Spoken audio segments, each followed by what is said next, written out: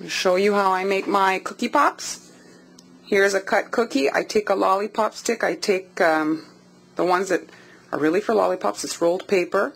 And I push it into my cookie and dent my cookie. Then I take it away so that I can fit many of them on my cookie sheet, because I always freeze my cookies before I bake them. And then we're going to go on to the next step. Here's the carrot part of the bunny cookie bouquet. So I'm cutting a carrot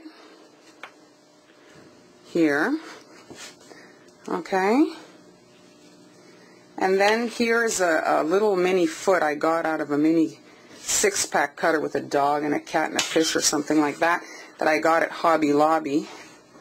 And I want the bunny to be holding the carrot, so I'm going to cut a piece out of the carrot with that same paw and push it in like that. So when they bake, it'll become one cookie.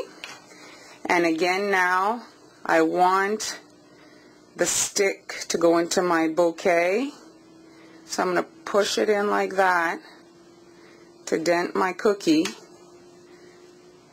And then I'm going to bake that upside down, because I'm going to decorate this side, but it's baking upside down.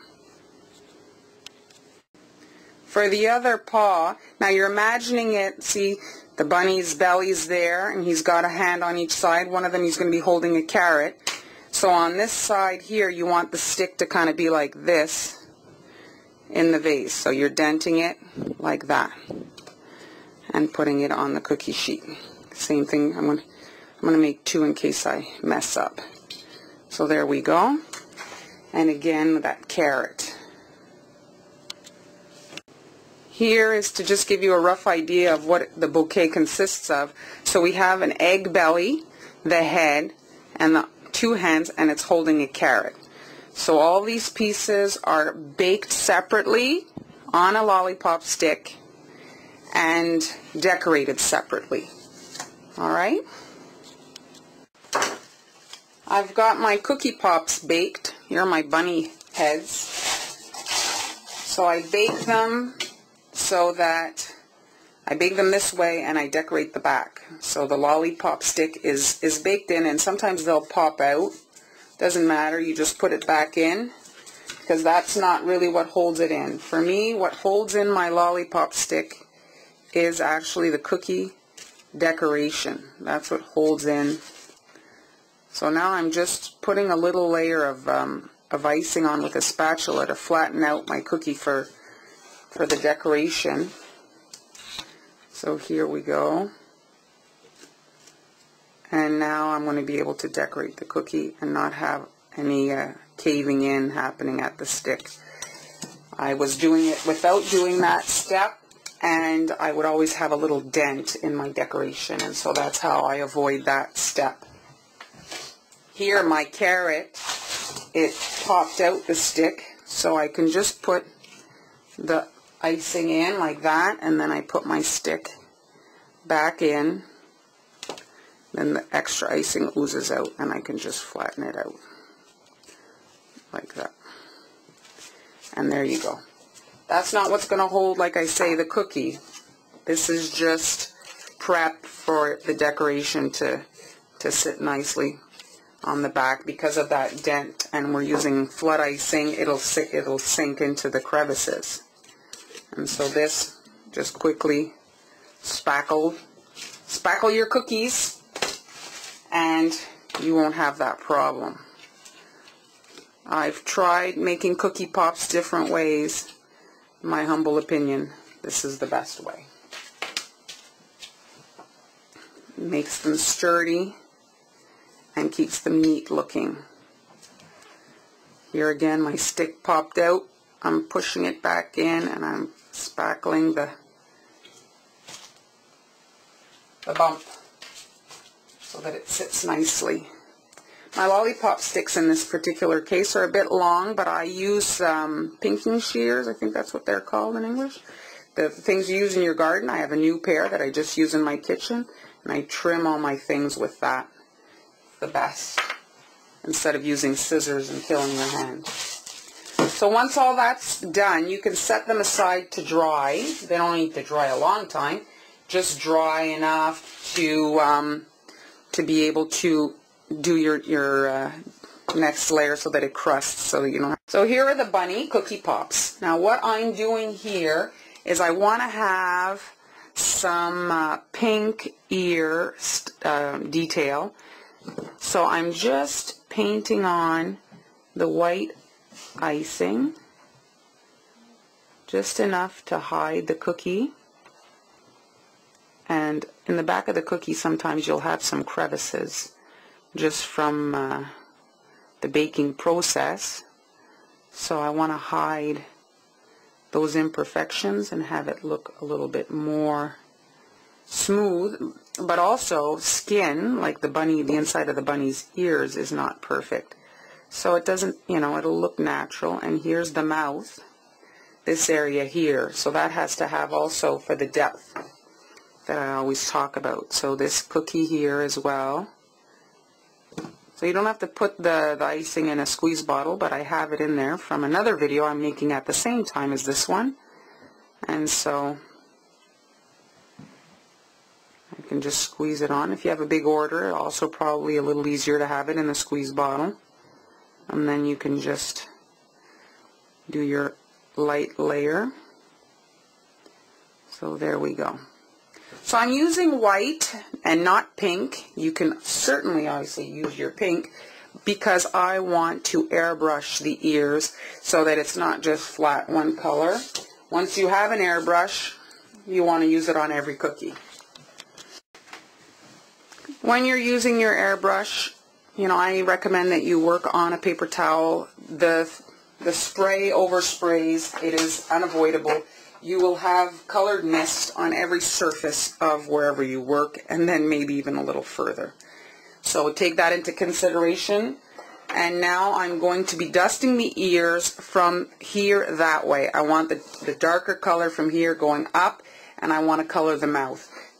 My pet peeve, my thing that I hate to do when I work is color icing. So the thing about airbrush is you can use white and then come back and color with the airbrush, and the cleanup is much less than if you were working with 15, you know, piping bags. So here you're going to hear the sound of the airbrush, and I've pulled my trigger here, testing on the paper, and I'm just dusting up to get that color on my ears. And now the mouth area is here.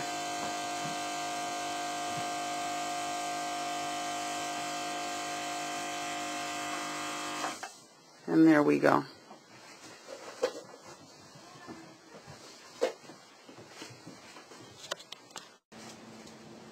There are certain cutters that are more popular than others that we see time and time again many people using.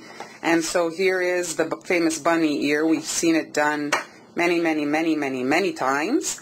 And so I tried to put a new twist on it. I drew it out on my sketch pad. And I think that this is the one I like. I like the ears coming down a little bit more here. It's, I guess, for sturdiness of the cookie, but I find it's too high, makes the head too long. So I've come down a bit. Here I did a little bit of a fringe hair, and so here are the ears. And I'm going to do similar face as the Chihuahua. Here the mouth will be open and the pink will be showing, and after I will add the teeth for the depth. So I think I'm going to be doing this in chocolate brown. The face here will be white, and that pink will show through. We're going to add a little flower. Here are the bouquet parts. The bunny's head, his two hands, and he's holding a carrot. I've used 2 cookies there. And I outlined the head here off camera. I guess if you guys want, I could scan my little drawing and put that up for you guys to have a guide. That bunny head is pretty standard. You know, just because it's been done many times before doesn't mean you can't make it original. Like I say, you know, trace it out on paper and draw your version. Make it unique. That's what I like, is to take something that's been done too many times and try to put it, you know, your way. Back to my thick icing that I can control.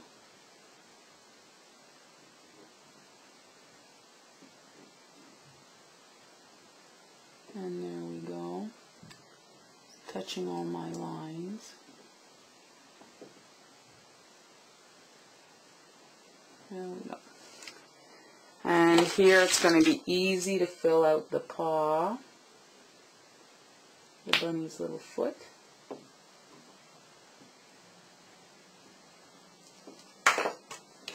I'm going to come back after with some white to detail the little foot. So here's my flat. I'm just going to bang it. Get this one over here. This paw. A mini cookie. This particular cookie cutter is in. I got it at Hobby Lobby when I was visiting the U.S. And it's in a little pet kind of kit. It has a cat and a goldfish and a dog. It was like $2 for 6 mini cutters. So this little paw is cute. And so the other side of the head now. And as you can see the depth of the ear. My airbrush is bugging out on me. My color's coming out a little bit speckled.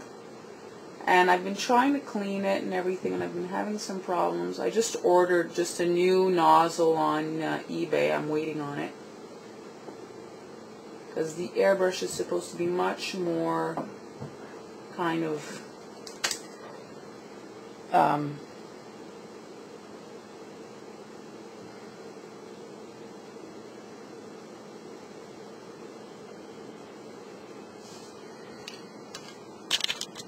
here's the bunny head, and I just did a small outline at the top of the head to hold in my flood icing for the white, and now that's the upper lip that I've piped.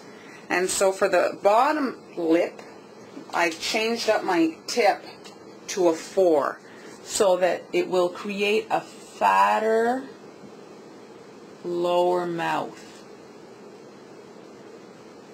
And I still want to have that pink inside of the mouth so that it looks like the inside of the mouth, and the teeth will stand out more against that pink color.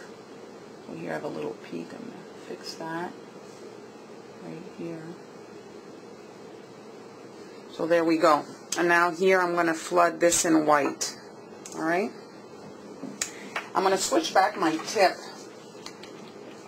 to, what do I have here? Is it a 1.5? And I'm going to quickly outline the paws just to show you that.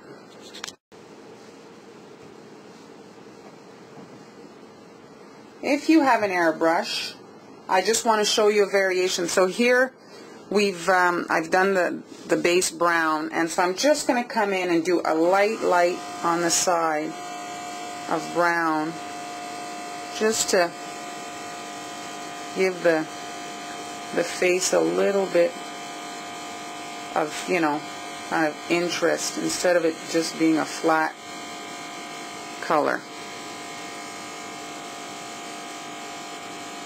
And so you have to do this before you do the next step of white, or else it won't work. So we're going to compare the two, one with and without airbrush, the two bunnies. Now that I've done the airbrush, I can come in and just do my white outline for the paw print, or the paw. There we go. It's up to you if you want to outline. Some people like it, some don't. All depends on your style. In this particular case, since it's brown, and then I'm going to have that orange, I thought it might look nice to have that.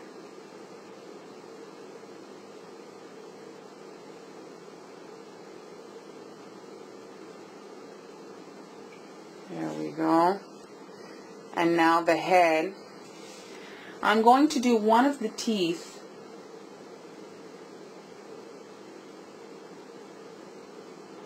just so that they don't melt together. So one tooth and then it'll crust. And then I can do the other tooth. I'm going to be filling the center of the bunny's face with white, thickish icing. And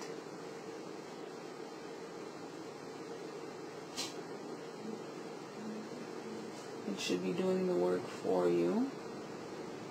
Here in the mouth area you might want to add a bit more just to create a bit of that bump where the nose is.